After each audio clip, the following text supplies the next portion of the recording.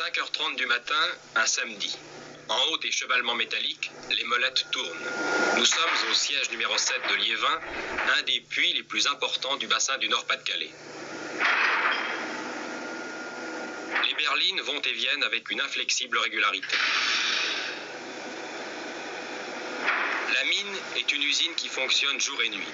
24 heures sur 24, les cages d'ascenseurs remontent les berlines qui sont acheminées vers leur lieu de déchargement avant de revenir à leur point de départ, le tout se faisant automatiquement dans un bruit sourd.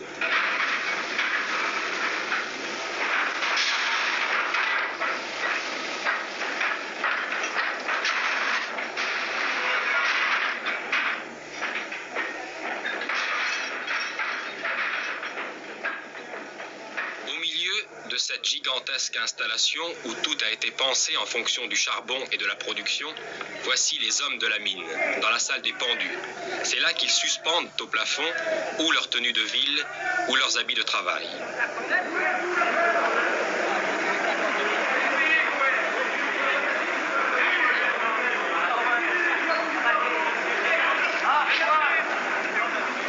C'est là aussi qu'à 5h30 du matin, ils savourent la première et la dernière cigarette de la journée. Car au fond de la mine, il est strictement interdit de fumer.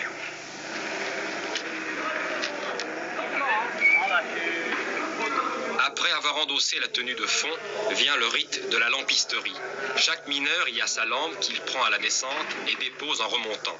Entre deux postes de travail, les accus sont rechargés.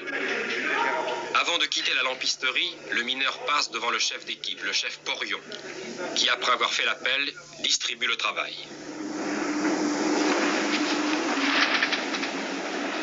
C'est ensuite la descente, ponctuée par le bruit sec du couvercle qui verrouille la paroi.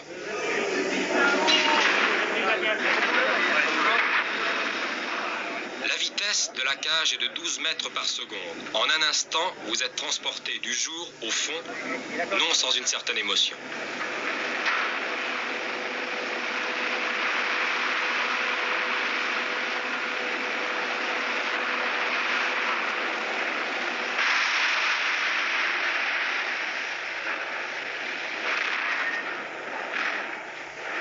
Nous sommes ici à moins 904 mètres. Les hommes vont se diriger vers leur lieu de travail, souvent très éloigné des cages d'ascenseur. Nous les retrouverons dans un instant, mais auparavant, écoutons M. Coquidé, l'ingénieur responsable du siège 7 de Liévin. Il nous donne une idée de l'importance de ce puits.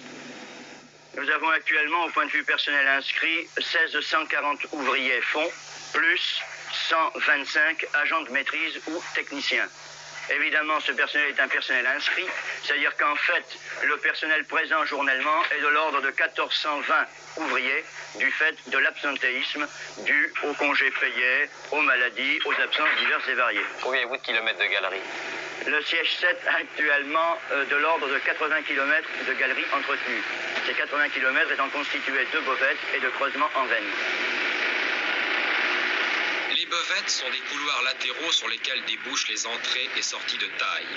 Ces couloirs sont tracés à l'aide de charges d'explosifs qui seront placés dans ces trous creusés par des perforatrices.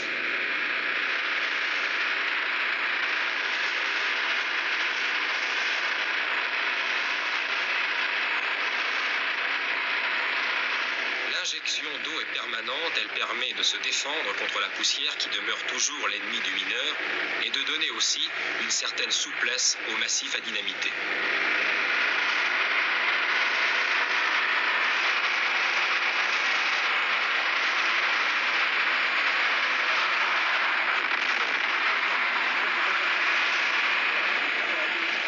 Introduction des charges d'explosifs.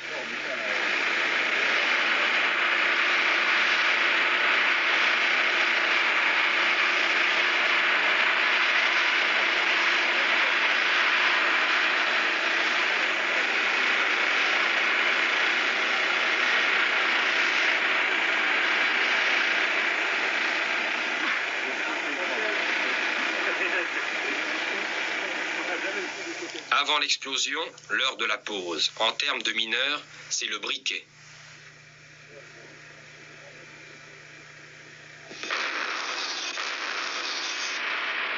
L'explosion est immédiatement suivie des manœuvres de déblaiement. Voici à présent en tête de taille. Celle-ci mesure 160 mètres de longueur, 80 cm de hauteur.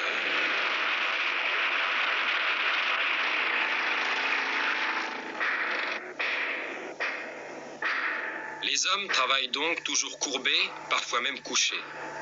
Nous avons ici affaire à une taille à soutènement marchand, où les vérins hydrauliques ont remplacé les anciens bois de mine et les étançons métalliques. C'est un progrès considérable. Leur maniement est plus aisé et plus efficace. Mais les dangers d'éboulement ne sont pas pour autant écartés.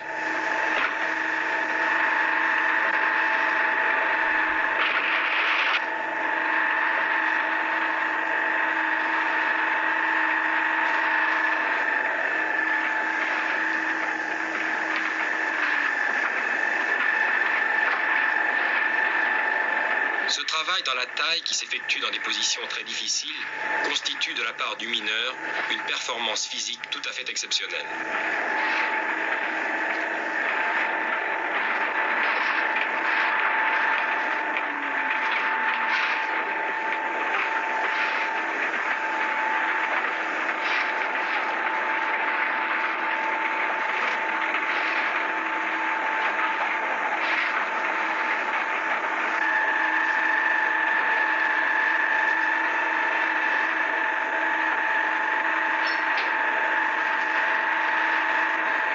Lorsqu'un vérin cède, c'est le cas ici, il faut agir très vite.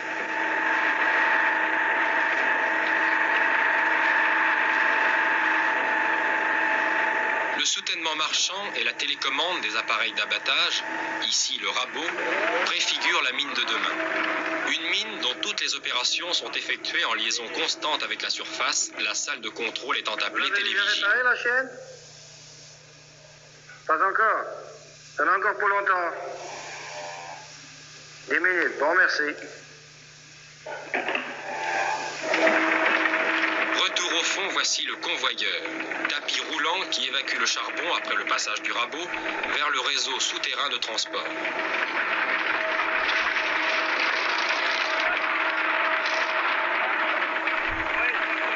Ce travail dans la taille que nous venons de voir est sans doute celui qui demande le plus d'efforts de la part de l'homme. Et la sélection de ce personnel spécialisé n'a pas été sans poser de problème. Écoutons M. Pêcheur, le responsable de l'exploitation des tailles. Il a fallu effectivement, parmi nos meilleurs ouvriers, connaître ceux qui avaient le plus de soins dans le travail qu'ils exécutaient et qui étaient capables d'être,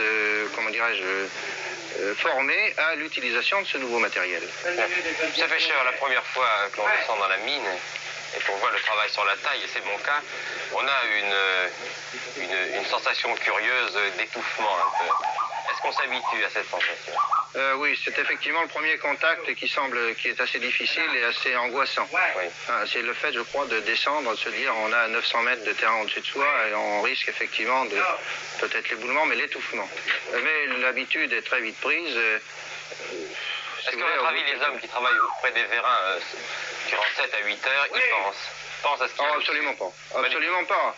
Si vous voulez, d'ailleurs, quand on descend, on descendrait à 100 mètres, à 200 mètres ou à 900 mètres, on ne voit pas beaucoup la différence. On s'en rend d'autant moins compte que chaque mine possède un véritable réseau de chemin de fer avec une gare de triage équipée d'un poste d'aiguillage et de signalisation automatique. Ici à gauche, les berlines pleines se dirigent vers les cages d'ascenseur, à droite, celles qui redescendent vides de la surface.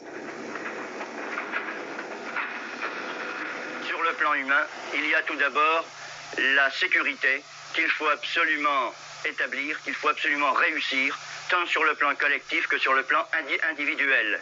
Évidemment, sur le plan individuel, c'est la sécurité la plus prenante, vu que c'est la sécurité du contact de l'homme, la sécurité de l'homme dans son travail, et de l'homme à l'état séparé dans son chantier. Mais la sécurité collective, elle, est encore beaucoup plus préoccupante parce qu'elle rejoint les problèmes de grisou, les problèmes de lutte contre les poussières. Et ces problèmes de grisou et de lutte contre les poussières sont des problèmes latents auxquels il faut penser incessamment, que ce soit pour le grisou sous forme de volume d'air qu'il passe dans les chantiers ou sous forme de captage de grisou, avec toutes les études que cela comporte pour déterminer avant le démarrage d'un chantier, quelles seront ses conditions sur le plan grisou. Oui. Ou pour ce qui est des poussières, les études qui nous mènent à déterminer la meilleure efficacité pour les infusions d'eau dans les massifs, pour la perforation à l'eau, pour la pulvérisation, pour tout ce qui est moyen de lutte contre les poussières, de manière à obtenir les indices de chantier les plus faibles possibles. Après 8 heures de travail, c'est la fin du poste. Et dans les galeries, séparées par des coupe-feux, galeries où il règne un très violent courant d'air nécessaire pour renouveler l'atmosphère de la mine, les lampes qui s'agitent annoncent la remontée.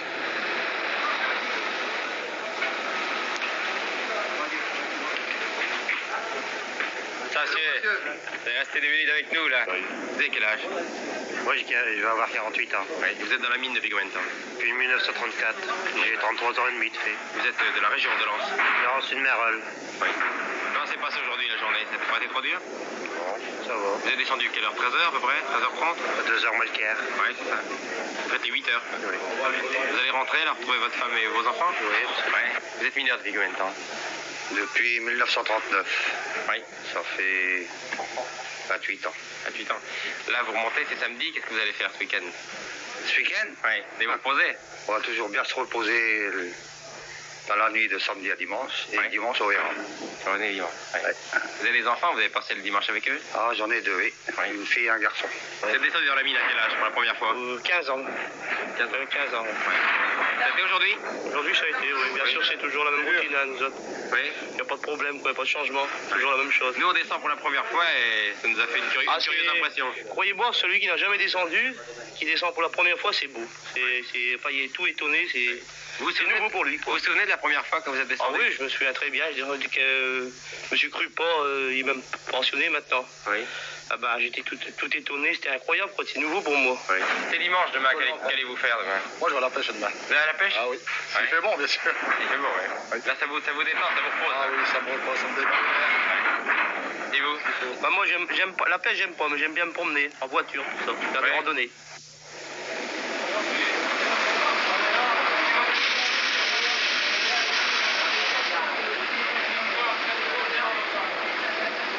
Pêche à la ligne, promenade en voiture, dans la cage d'ascenseur qui remonte, on pense bien sûr à ce dimanche que l'on va passer en surface. On est sans doute très fatigué, mais on ne s'en rend pas compte, on n'y pense plus, disent les mineurs. Et pendant que cette équipe remonte, une autre va descendre, car la production journalière, nous disait M. Coquidé, doit être atteinte coûte que coûte.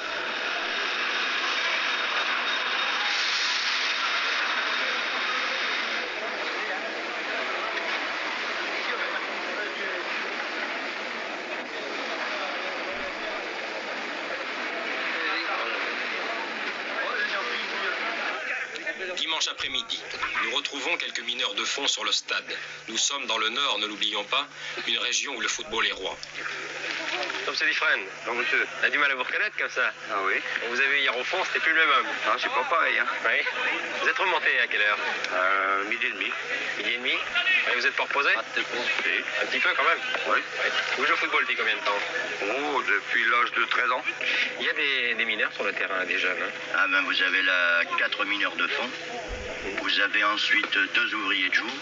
Alors vous avez César Pagnac qui vient d'être réembauché au 7, retour de service militaire. Ah oui. Il va être au siège 7, lui. Ah, il est au siège 7, il est comme mineur au siège 7, Ouais. comme ouvrier de fond. Ouais. Alors ensuite j'avais un fils de mineur qui est instituteur. Nous, ça nous semble assez phénoménal de voir des gens qui se lèvent, qui remontent du puits à 5h30 et qui jouent au football l'après-midi. Ça, c'est une performance. Oui, c'est une performance certaine, mais enfin disons qu'elle est faite à la fois de courage de leur part et puis d'amour pour ce qu'ils font, que ce soit amour d'ailleurs pour le sport ou amour pour le métier. Et avion prend l'avantage. Courage et amour de leur métier, tout cela semble facile. En réalité, le métier de mineur est un exploit quotidien.